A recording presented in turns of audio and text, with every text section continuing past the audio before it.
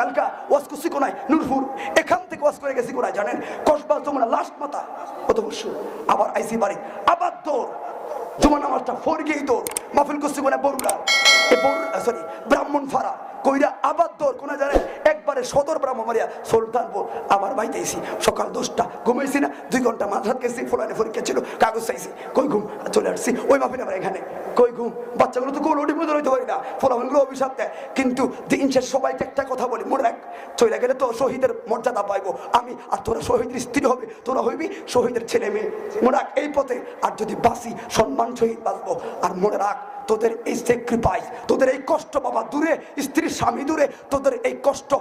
মনে রাখবি রোজ হাসর ময়দানে মুস্তফার কাঠ করায় যখন দাঁড়াবো ওই দিন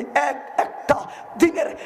একটা কষ্টের রাতের মূল্য আল্লাহর কাছে চাইবো মালিক সবাইকে ছেড়ে চলে গেছি ও মালিক কি দিবা গুনাই তো করলাম কিন্তু প্রেমটা তো দেখলা না প্রেম দেখছি ঠিকই দেখছি কিন্তু তোকে বুঝতে দেই নাই তোর ভিতরে প্রেম ঠিকই দিয়ে রাখছি কারণ তুই শুধু কুয়াশাটাই দেখলি ঠান্ডা দেখলি প্রেম যে আছে ওটা তো দেখোস না কথা বলো ঠিক নিও জানেবার আজ আমরা প্রতি বছর ঢালা কোনো কালেকশন এই মাহফিলের জন্য করি না শুধু প্রতি বছর আমাদের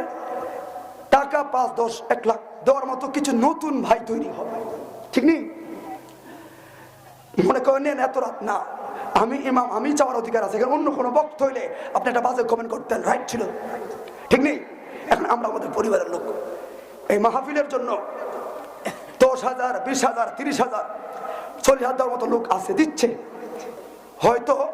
আগে একবার চাইতাম এখন 3 বার চাই আর কি আর কিছু না দিন শেষে আল্লাহর কোরআন বলছে ইয়াউমা লা তামলিকু নাফসুন লিনাফসিন শাইআ এই একটা আয়াতে যদি অর্থটা বুঝতেন সূরা বাকারা ছোট্ট একটা আয়াত অর্থটা এখন সাদ্দাতে কোরআনে আছে আল্লাহ বলে ইয়াউমা লা তামলিকু নাফসুন লিনাফসিন শাইআ